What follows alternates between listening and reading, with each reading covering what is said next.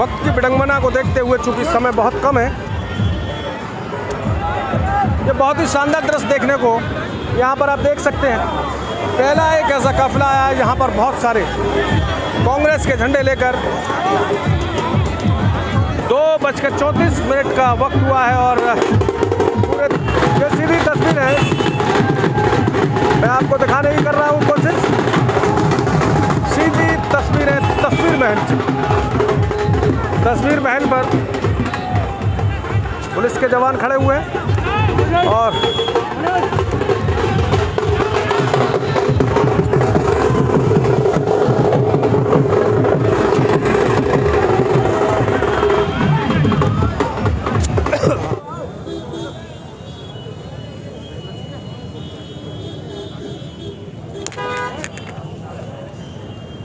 जैसा कि आप देख सकते हैं यहाँ पर कांग्रेस के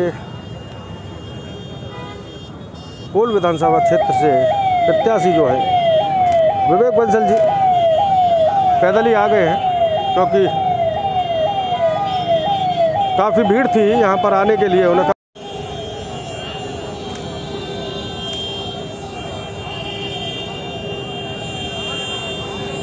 प्राथमिकता होंगी बंसल साहब आपकी? देखिए, प्राथमिकता जो भी जिम्मेदार जनप्रतिनिधि की होनी चाहिए या संवेदनशील की, कि क्षेत्र का विकास हो, आपसी सौहार्द हो, शिक्षा का सृजन हो और रोज़गार का उत्सर्जन हो, ये मुख्य बिंदु होने चाहिए। और पर्यावरण आज मुख्य, और इसके साथ साथ चूँकि पर्यावरण भी एक ज्वलंत मुद्दा है, पर्यावरण जो प्रदूषण है उस पर भी हम लोग गंभीरता से उस पर पूरा जनता का ध्यान आकर्षित करना चाहेंगे और ऐसे कदम उठाएंगे जिससे कि पर्यावरण कम से कम प्रदूषित हो। अच्छा, तौकीर रजा ने यह कहा था कि 2009 में अगर कांग्रेस आती है तो बाटला हाउस जो कांड था उसकी जांच कराएंगे, क्या कहते हैं आप?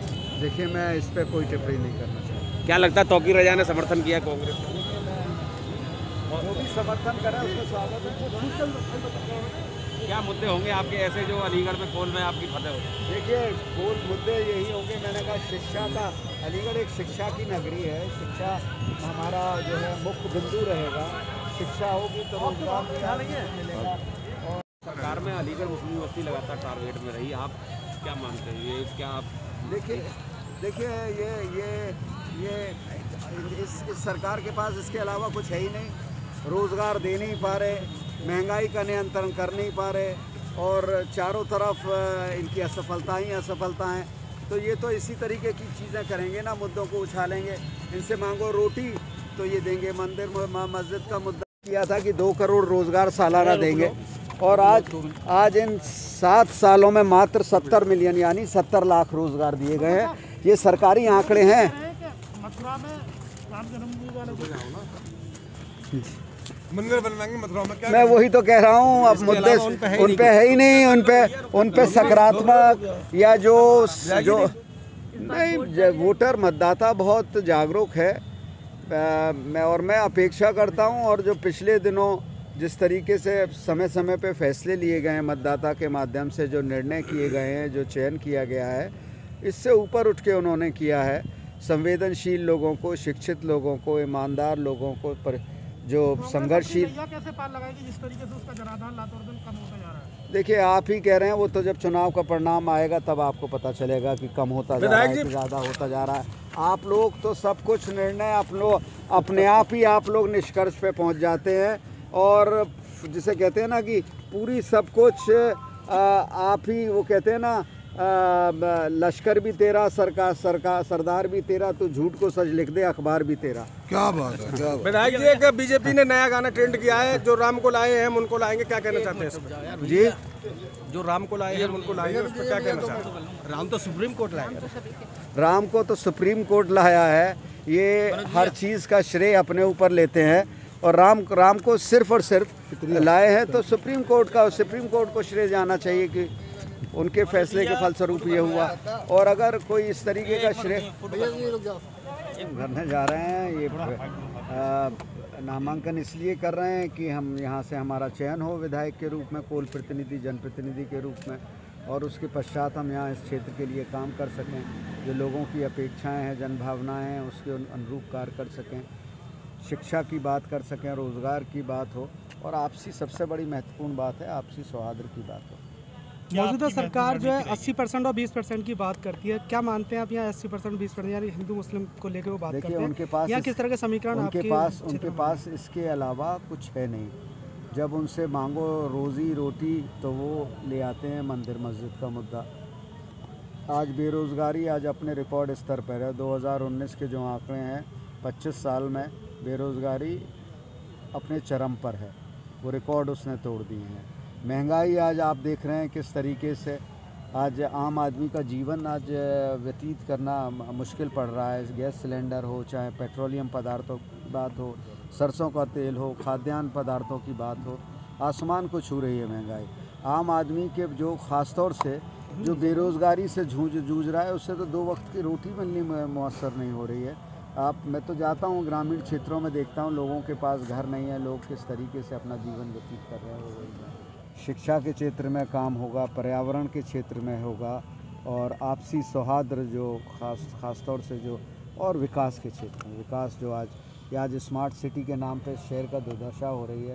इतना फंड आया है और कहाँ गया, कैसे गया? सिर्फ चौराहों को आपने खूबसूरत करने का प्रयास किया है, तो यातायात समस्या जो जस की तस बनी हुई है और कोई उसका पुरसाने हाल नहीं है। कोई नहीं कहने वाला, कोई जवाब नहीं देने वाला, कोई पूछने वाला नहीं कि भाई ये, जबकि बात ये हुई थी कि 2021 तक जो हैं सब स्मार्ट सिटीज़ ऐसे हो जाएंगे।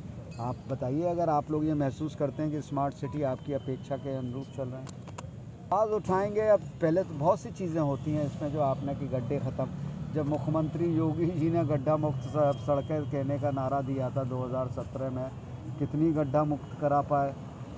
जनप्रतिनिधि का काम होता है कराना और आवाज़ उठाना, विधानसभा में आवाज़ उठाना। हम निरंतर वो भी काम करेंगे और जहाँ तक भरवा सकेंगे।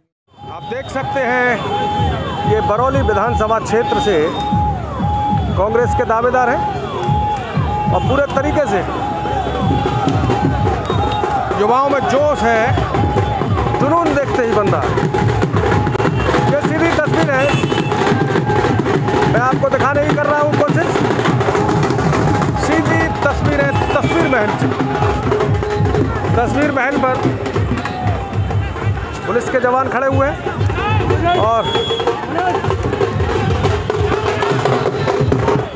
वक्त की विडंबना को देखते हुए, चूंकि समय बहुत कम है, बहुत ही शानदार दृश्य देखने को यहाँ पर आप देख सकते हैं।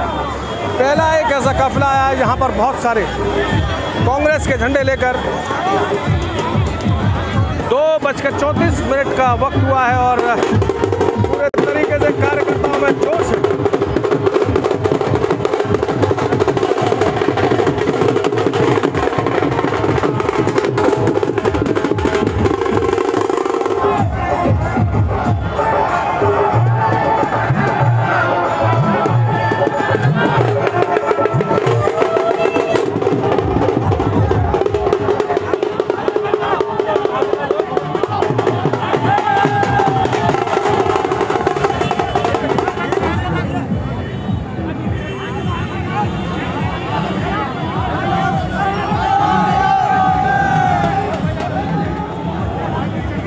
ये सीधी तस्वीर है, तस्वीर महल चौराहे से देखने को मिल रही है। जैसा कि हम आपके सामने सीधी तस्वीर है, वहीं दूसरी ओर भाजपा के समर्थक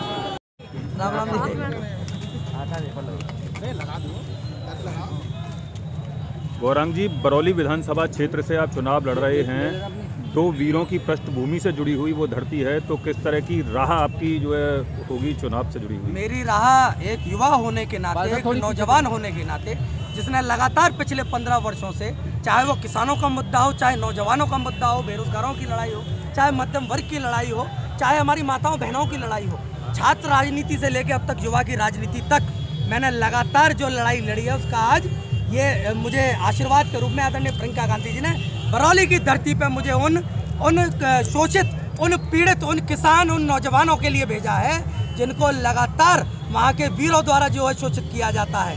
क्या वहाँ उन लोगों को आपने आंकड़ा कभी ये देखा है कि वहाँ के लोग कितने ज़्यादा बेरोजगार हैं? वहाँ पर साथ चीनी मिल का निर्माण कांग्रेस के राज में किया गया था ताकि वहाँ के जो किसान हैं अपना गन्ना बेचकर उसका उचित मूल्य ले सकें। मगर पिछले 32 सालों में उस चीनी मिल की क्या दुर्दशा है, आप सब लोगों के सामने पिछले 2 दिन पहले भी वो चीनी मिल ठप हुई है। वो कांग्रेस की देन थी ताकि किसान दुखी ना हो। वहाँ पर हमारी कासिमपुर पावर हाउस लगाई गई ताकि बिजली भी मिले और क्षेत्र की जनता को रोजगार भी मिले। वहाँ के युवाओं के लिए वो रोजगार स्थापित किया था कांग्रेस सरकार ने। हैंड्स इंडिया स्थापित करी थी कांग्रेस सरकार ने ताकि वहाँ के नौजवानों को, वहाँ के बेरोजगारों को जो है रोजगार मिल सके, वो अपने घरों से 1-1 हज़ार किलोमीटर दूर ना जाएं। मगर उस क्षेत्र के जनता के जनप्रतिनिधियों ने उन लोगों को छला है जिन्होंने उनको वोट दिया, एक उम्मीद के साथ वोट किया और उनको छला है।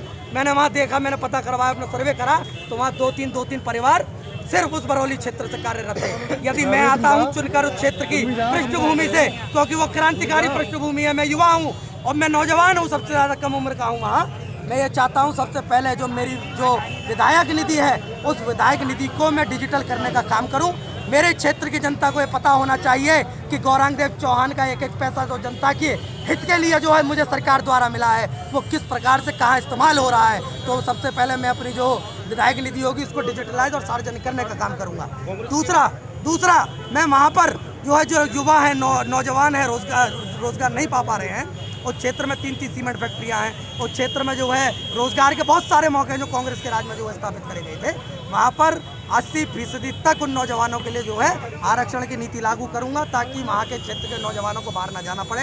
अपना लालन पोषण करने के लिए, पालन पोषण करने के लिए वो उसी क्षेत्र में अपनी बहन बेटियों के साथ, अपनी जो है माँ के साथ उसी क्षेत्र में रह सकें और रोजगार प्राप्त कर सकें। ये लड़ाई बहुत लंबी है और क्षेत्र के विकास की जो विकास है वहाँ आप सब लोगों के सामने है, मुझे बताने की ज़रूरत नहीं है।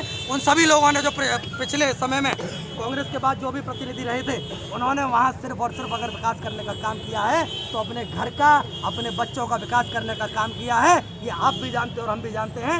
मैं उम्मीद करता हूँ अपने क्षेत्र की जनता से कि अब की आँख खोलकर किसी ऐसे नौजवान को अपना वोट, अमूल्य वोट दे जो नौजवान अपनी तकदीर के साथ साथ उस विधानसभा की तकदीर को लिख सकता हो। आप सभी लोगों का बहुत बहुत धन्यवाद, बहुत बहुत शुक्रिया। राजवीर सिंह राजू भैया और संदीप जी के बड़े खास रहे हैं, ऐसे में उनसे विरोध में कैसे चुनाव लड़ें? देखिए, मैं विरोध तो मैं अपने लिए स्वयं, मेरे विरोध के बारे में क्या बताया, सबको पता है, सब जनता जानती है। तो कैसे चुनाव लड़ेंगे? क्या गुरु शिष्य का संबंध बीच में आकर आपको नुकसान तो नहीं करेगा? नुकसान कोई भी मेरे को क्या नुकसान करेंगे? मेरे को कोई नुकसान नहीं है। जनता का आशीर्वाद, जनता का स्नेह प्यार मिल रहा है मुझे बहुत। जब से मुझे टिकट मिला है, जब से मेरे को जनता के चेहरा पे मुस्कान है, उन्होंने कहा है कि मुझे टिकट मिला है, जब से बहुत बहुत बधाई आ रही है हमारे लिए। और मैं 7 महीने से मैं लगातार डोर से डोर क्षेत्र में पहुंच रहा हूं। मुख्यमंत्री जी का गढ़ रहा है वो और पूरे प्रदेश भर में जाना जाता है अतरौली को। ऐसे में आपकी क्या नई, आपके सामने बहुत सारी चुनौतियाँ हैं, कैसे मुकाबला करेंगे? कैसे? देखिए, ऐसी कोई बात नहीं है। मुख्यमंत्री जी का वो रहा है क्षेत्र, कोई परेशानी नहीं। उससे पहले 2012 में वो हार चुके हैं।